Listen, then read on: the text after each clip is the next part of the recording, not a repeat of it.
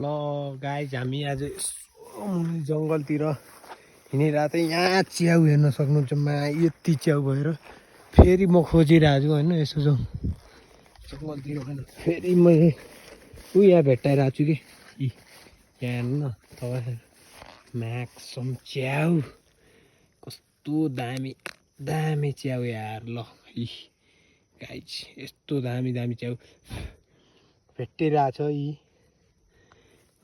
कसम यहाँ तपाईँहरू देख्न सक्नुहुन्छ। यो मासला च्याउ त हरिब छ यार। यो नि मासाले च्याउको त भारी रहेछ त यहाँ। फेरि नि च्याउमा हरिब भेटिरहेको क्या कसम यार। यति धेरै च्याउ भेट्टाइरहेको थिएँ मैले नि। यस्तो घाँस मुनि लुकेर होइन पुरै यस्तो लुकेर बसेर आएँ मासला च्याउ त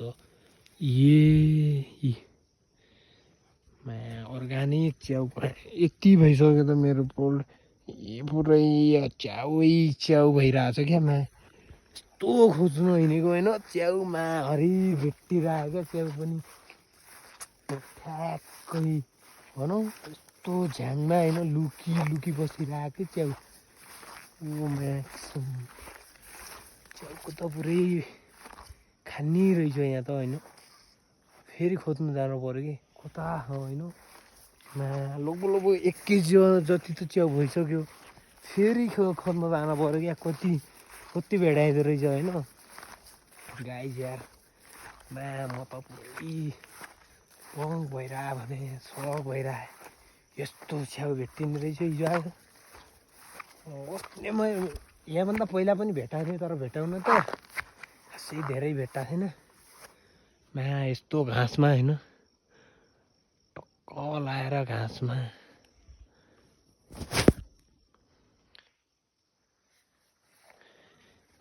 च्याउ। ल गाइज यहाँ हेर्न सक्नुहुन्छ होइन पुरै च्याउ क्या। यो च्याउमा यस्तो दामी दामी च्याउहरू उम्रिरहेको रहेछ होइन।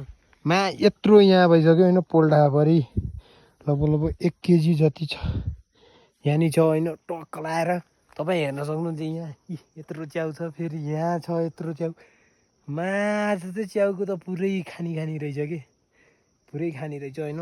टक्क लाएर आज खानी हो। ल चप्पल यस्तो भइरहेछ हामी यहाँ पुरै यसरी बसिरहेको बेलामा चप्पल अड्केर खुट्टामा